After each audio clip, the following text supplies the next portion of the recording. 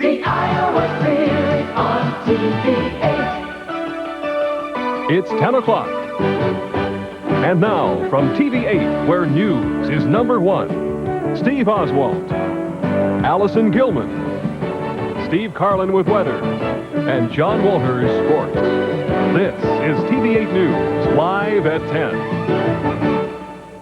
Good evening. Thanks for joining us tonight. West Des Moines police have a 16-year-old in custody tonight, arrested on charges of delinquency leading to murder. A 17-year-old is dead in the shooting that occurred this afternoon near Valley West Mall. Authorities also say that they're preparing an arrest warrant for an adult believed responsible for that crime. TV-8's Todd Magel reports the shooting followed an argument in the shopping mall's parking lot.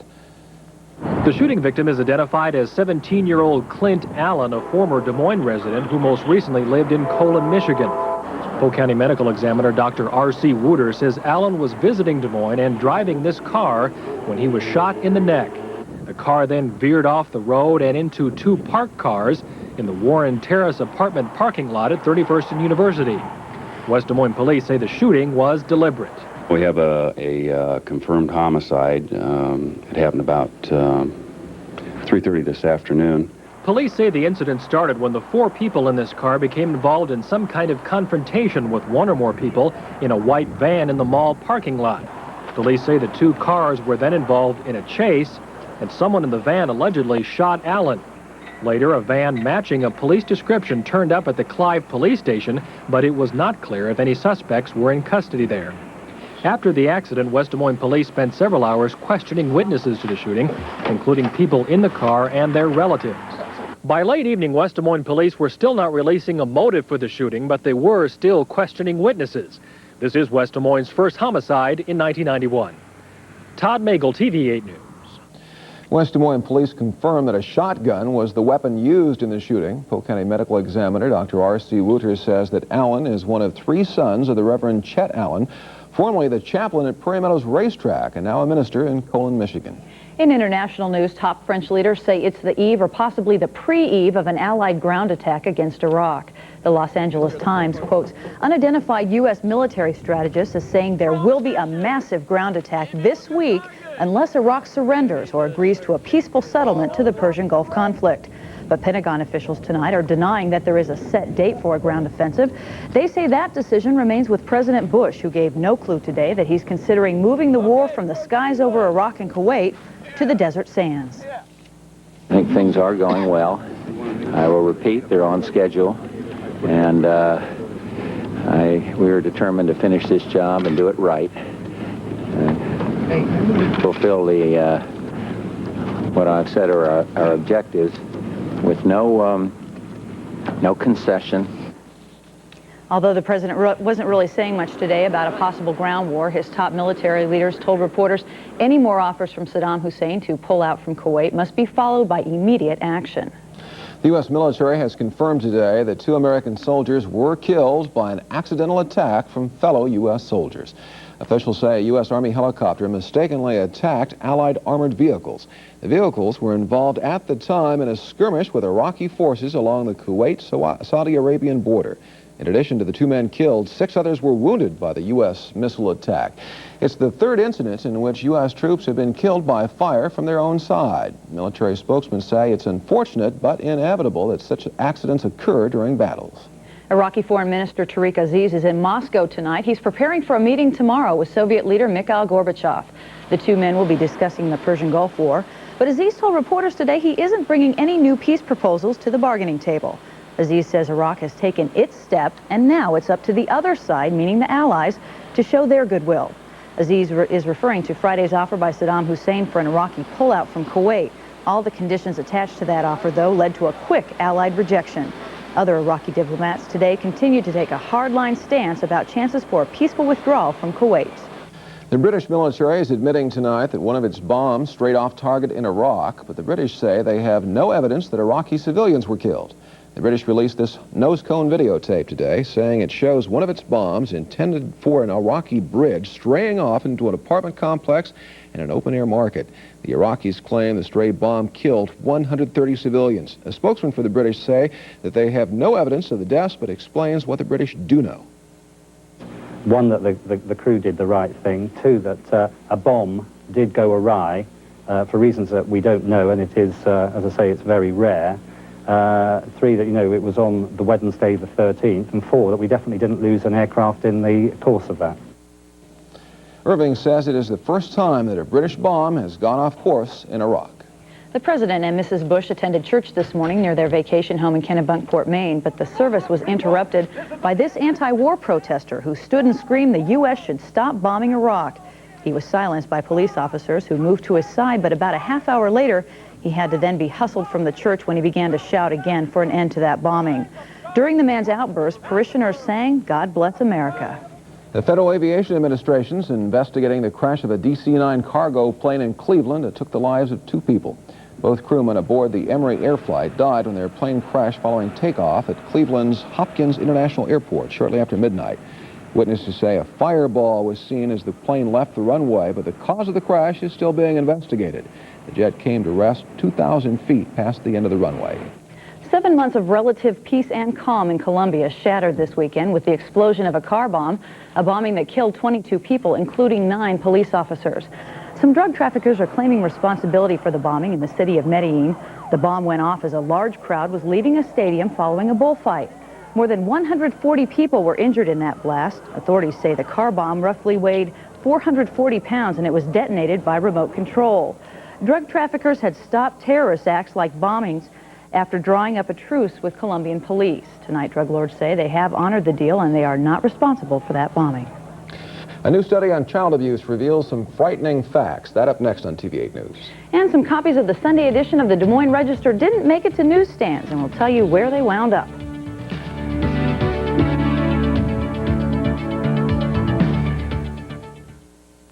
An update now on a story we told you about at the top of tonight's newscast. West Des Moines police have now released the identity of a second suspect in today's homicide of 17-year-old Clint Allen near Valley West Mall.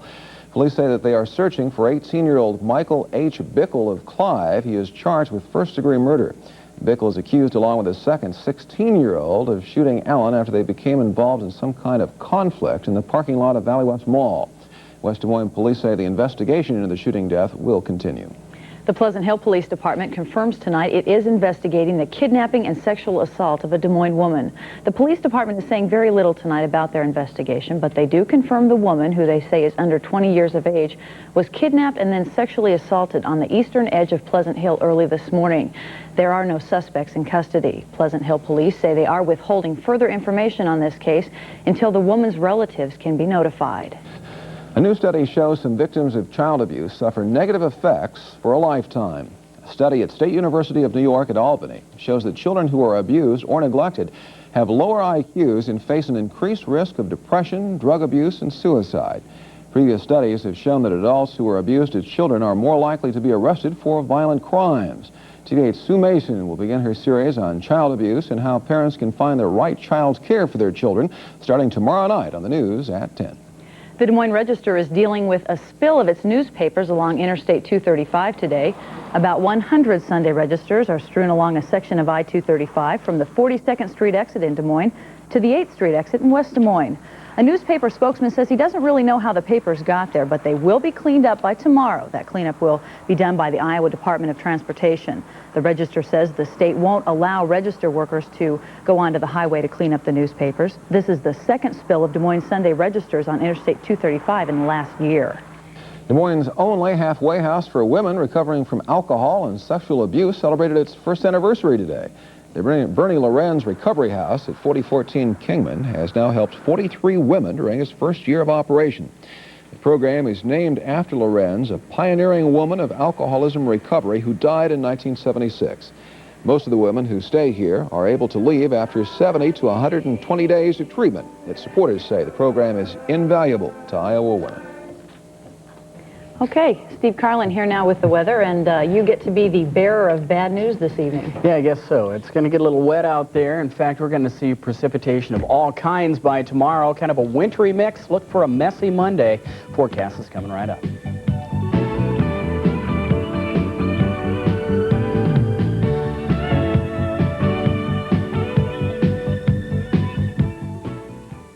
For up-to-the-minute weather information, day or night, call for the TV-8 Weather Beacon forecast at 262-7173. Tonight's weather is brought to you by Banville from Sandoz Crop Protection, a change for the better.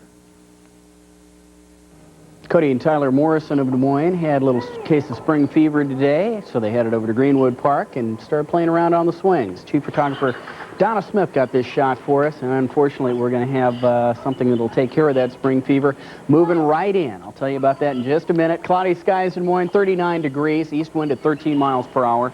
Relative humidity is at 70%, and we do have a rising barometer. Clouds all over the state of Iowa, and things still looking pretty nice because we have that warm blanket of clouds out there. Temperatures in the 20s all the way up to the 40s. 28 at Mason City right now, 32 in Waterloo, and 44 down in Lamoni. Daytime highs today, pretty darn nice compared to what we had, say, just a few days ago. Temperatures in the 30s and 40s, and hey, look down here, even some 50s. 50 degrees at Lamoni and Creston, 51 out at Omaha Council Bluffs. Here in Des Moines, that high once again of 48 degrees after a morning low of 27. Central Iowa close-up, pretty nice here too. Very warm down in Indianola, Winterset and Sheraton with 49 degrees and 50 even down there in Albia. High temperatures across the nation show things have cooled off in the western plains out here. Yesterday, temperatures in the 50s and 60s in the Dakotas, but Bismarck, a high of 26 today, and Rapid City, a high of 39.